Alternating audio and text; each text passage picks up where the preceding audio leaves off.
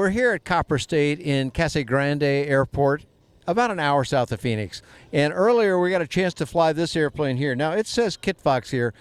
There's some of you that are going to look at this and go, wait a minute, unless you've been to air shows very recently, you might look at this and go, wait a minute, this doesn't look like the Kitfox that I remember. They used to have a big round cowling on it, which was just a simulation. Inside there was a 582 engine. The earlier ones were that way. There was Kitfox 1, 2, 3, 4. And I flew a Kitfox 4 many years ago with the guy that started the Kitfox company.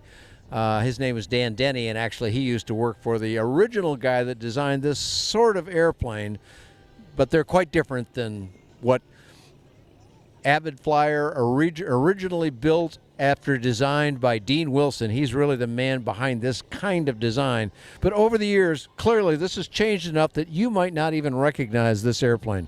This is now the 7th generation of these airplanes. Indeed, it says S7 right here. And this particular one says STI. That stands for STOL Inspired. And STOL, S-T-O-L, is short for short takeoff and landing. Well, from the beginning of those Kitfoxes, they were always pretty light aircraft that took off and landed in very short distances anyway. That's kind of how they got born. They were basically an outgrowth of what had been simpler yet ultralights of that time. But today, it's a much different airplane, and this particular one has had quite a few changes. But let me first talk about, as I look past the camera here, I'm seeing a whole row of Super Sport, Kitfox Super Sports. That's also the 7th generation of design, and honestly, those are the ones that sell more than any other, probably.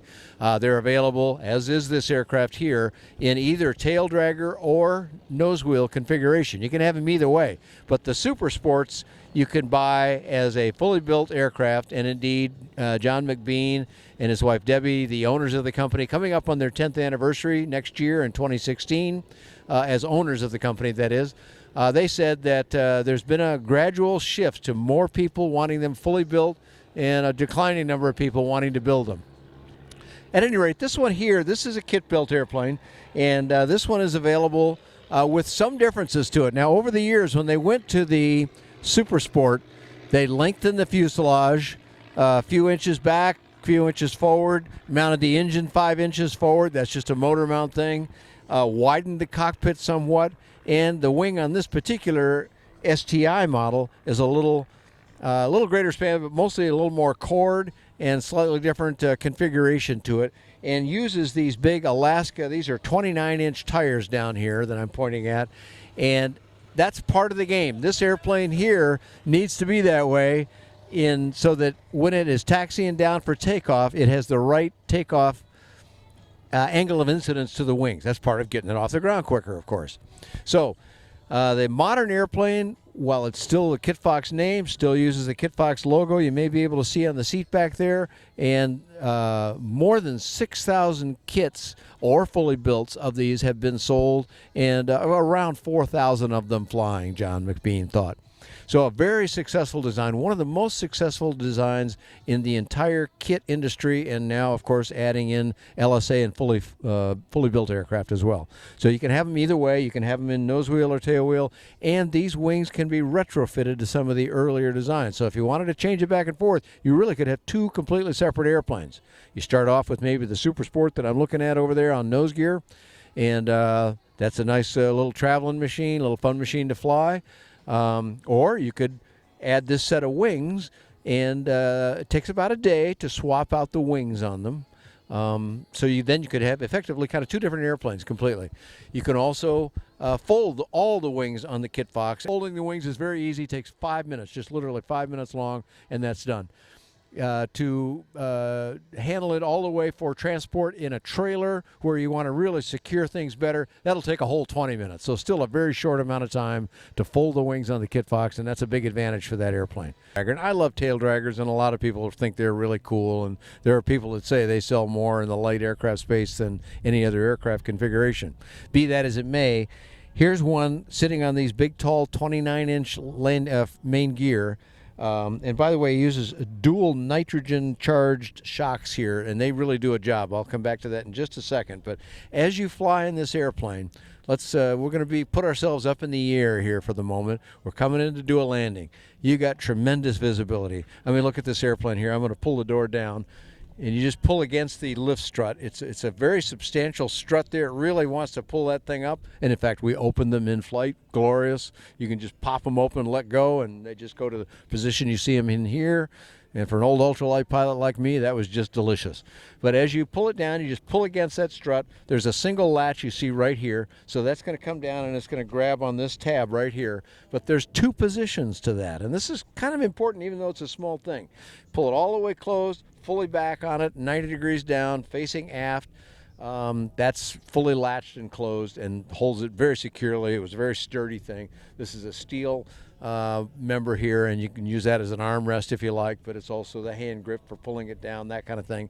But then inside here on the latch mechanism, there's a little slot, and the little slot can fit on this tab right here that my finger is pointing at, and that means you can pop it open just about 1/4 of an inch and then secure it back on that slot. Again, it's very solid, but it's now got a little gap of air, and you'd be surprised how much air that brings in.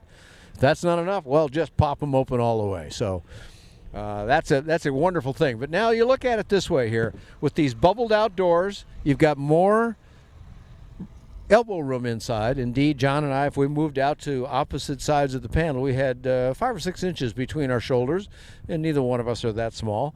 But you can see right through here, you're looking, the camera's eyes looking back over there to the stuff behind this airplane because you've got tremendous visibility out the back. The whole top is a skylight. You can see very well with just a little bit of bank angle. You can look directly to the side, even though there's a high wing that would normally be in your way. Visibility is just superb in this airplane. So that part was really good. However, one place where it's not so good. I told John I was working hard to try and find a few things that might not be everybody's preference in this airplane, and here's 2 of them.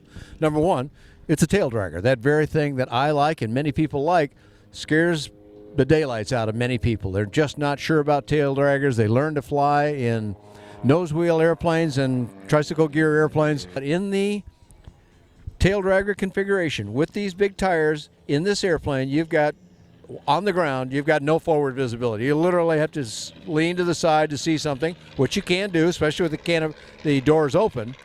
But you'll have to do that, or you'll have to do that familiar tail wag thing that people do in order to see where they're going on a runway. You're kind of looking back and forth. And there's one other time when that comes into play. So I told you we're up in the air now. We're coming into land. You see the whole world in front of you. You got visibility like crazy. All good. When you start to round out, that runway in front of you is going to go away, and you won't be able to see forward very well. And again, with these big tires, I was thinking about the big tires. I had 2 pretty decent landings, but I wouldn't call them my best landings, and that was partly because I lose my forward visibility. You've got to look out to the side. You've got to judge it by peripheral vision and other things. And for some people, that's just going to take a little more training. I think probably if I flew in this airplane with John or one of his qualified instructors for probably an hour's worth of takeoff and landings, I'd be very comfortable in it. Certainly 2 or 3 hours, almost anybody would get very comfortable in it if they're not afraid of tail draggers. And that's just something to kind of get over because they're not really that hard. This airplane slows down very well. It gets to very slow speeds. We saw some of that in the flight report. Stall is very low, so that means when you come in and land, you're not cooking along over the ground. You can get more information from the company itself, of course, and get the latest info about pricing, availability. Check with the factory and do that at kitfoxaircraft.com. I've got a lot of information about this airplane and many other affordable aviation aircraft at buydanjohnson.com. Thanks a lot for going up with us in the Kitfox here at Casa Grande at the Copperstate Air Show.